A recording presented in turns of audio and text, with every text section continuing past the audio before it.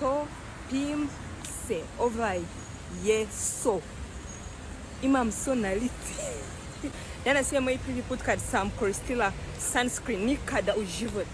Nikada ni koristila sunscreen. Zašto koristim sunscreen?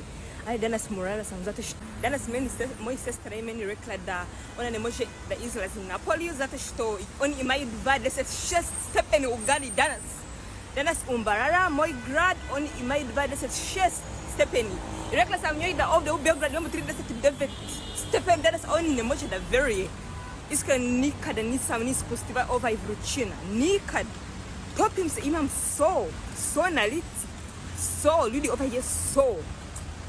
Beograd. Ne mogu. I ljudi meni pitaju, vi ste crni, vi ste navikli, kako da navikli?